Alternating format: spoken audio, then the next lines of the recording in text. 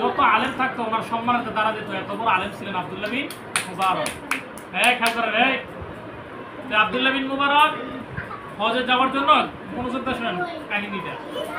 হজে যাওয়ার জন্য টাকা পয়সা গুছাইতেছেন, জামা কাপড় গুছাইতেছেন। এমন সময় তার সন্তান ঘরের মধ্যে সে কান্নাকাটি করতেছে। আব্দুল্লাহ বিন মুবারক বলতেছে, কি ব্যাপার তুমি কাঁদতেছো কেন, কি হয়েছে? বলতেছে, বাবা পাশের বাড়ির মধ্যে গোস্ত রান্না হইতেছে, গ্রামে আমি গেছি গোস্ত খাওয়ার জন্য, কিন্তু আমাকে গোস্ত দেয় না, ধাক্কা দিয়ে বের করে দিচ্ছি। কি শুনছেন না কেমন? এরা ধাক্কা দিয়ে কি করে দিছে? বের করে দিছে। ভালোবাসে আমার সন্তানের সাথে এমন ব্যবহার করলো, ঠিক আছে ল আমার সাথে তুমি ল, কে এরকম তোমার সাথে করছে দেখতেছে। তো সন্তানটা নিয়ে গেছে, তারা প্রতিবেশী যে এরকম কাজটা করছে। যাওয়ার পরে বলতেছে যে এত বড় আল্লাহওয়ালা ব্যক্তি আমার বাড়িতে, ওই ব্যক্তি দেখেন কোনো খেদমত করা লাগবে না, আপনি কি আমার সন্তানটাকে এরকম করেছেন? আমার সন্তান তো এখানে আসছে, আপনার ঘরে কি গোস্ত রান্না হইতেছে? হ্যাঁ আওয়াজ করে না। বলতেছে দেখি না তো তোমরা, আপনি কি এরকম করেছেন? বলতেছে আপনার ঘরের মধ্যে গোস্ত রান্না হয়েছে? হ্যাঁ হয়েছে। তো আমার সন্তানটা এরকম করছে। হুজুর আপনি তো জানেন না অবস্থা, আজকে 7 দিন হয় আমার ঘরের চুলের মধ্যে আগুন জ্বলে না, সন্তান আমার স্ত্রী মা কে অনেক জায়গায় কাজের মধ্যে গেছি, কোথাও কাজ পাই নাই।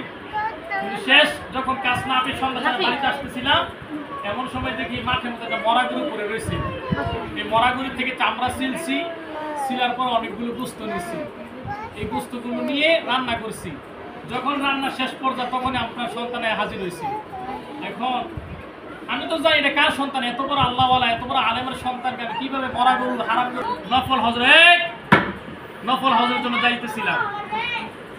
তো আপনার আমার হজ করা লাগবে না, আমার হজ করা লাগবে না। এই টাকা পয়সাগুলো আপনাকে দিয়ে দিলাম, দান করে দিলাম। আমি তো ফরজ হজ করেছিলাম, নফল হজের জন্য যাচ্ছিলাম, আমার হজ করা লাগবে। এই টাকা পয়সাগুলো আপনি দিয়ে দিলাম, আপনি সুন্দর করে জীবনযাপন করেন, সন্তানের দিনে সুন্দর করে চলেন। আমি আল্লাহর কসম খেয়ে বলি কোনোদিন এই টাকা আপনার কাছে চাবো না। এই কথা বলে টাকা পয়সাগুলো দিয়ে চলে গেছে।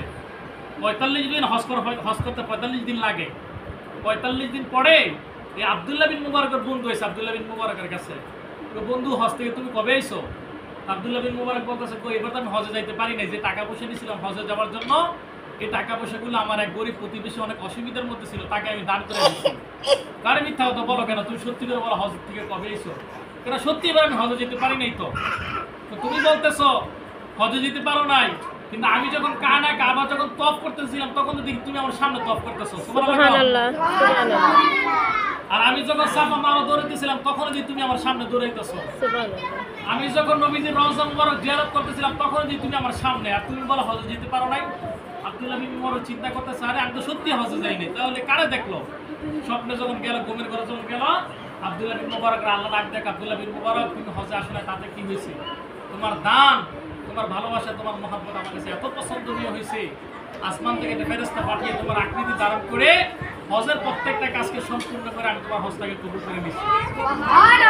শুধু তাই নয়, এই বছর যত হাজী সাহেব হজ করতে এসেছে, তোমার দানের বিনিময়, তোমার দানকে উসিলা করি এতটা পছন্দ হয়েছে, প্রত্যেকটা হাজী সাহেবের হজটা আমি কবুল করে নিচ্ছি।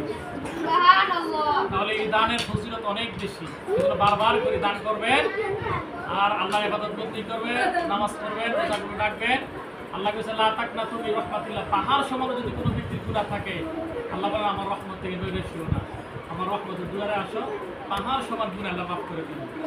আপনি গুনাহ করেছেন, নামাজ পড়েন নাই, রোজা রাখেন নাই, অনেক গুনাহ করেছেন, এগুলো দিয়ে আল্লাহ মনে কষ্ট করে না বেশি একটা। কিন্তু একটা মানুষের লগে খারাপ ব্যবহার করে, একটা মানুষের ক্ষতি করার চেষ্টা করে, ওই কষ্টটা আল্লাহর মনে অতি তাড়াতাড়ি ভরে যায়, তখনই আল্লাহ তাআলা গজব সৃষ্টি করে। কিন্তু এর আগ পর্যন্ত আল্লাহ তাআলা গজব দেয় না। আল্লাহ বলে ঠিক আছে আমার কাছে আসো, গুনাহ করছো কি, এটা আল্লাহ তাআলা অতি তাড়াতাড়ি কষ্ট পায়। এগুলো নিরাপদ থাকবে, কিয়ামত পর্যন্ত দায়ম কায়েম রাখিও। আয় আল্লাহ, মাদ্রাসার ছাত্র ছাত্রী সবাইকে তুমি মাতার জ্ঞান শক্তি বাড়াইয়া দিও, হুজুর করতে পারে, দেশ মানুষের খেদমত করতে পারে, তৌফিক তুমি দান করিয়া দিও। আয় আল্লাহ তাআলা, শিক্ষক এবং ছাত্র ছাত্রী গার্জিয়ান সবাইকে তুমি বিপদ আপদ বালা মুসিবত থেকে তুমি হেফাজতে রাখিও। মওতের ইদানের কালে আমাদের সকলের জবানে জারি করে দিও লা ইলাহা ইল্লাল্লাহু মুহাম্মাদুর রাসূলুল্লাহ।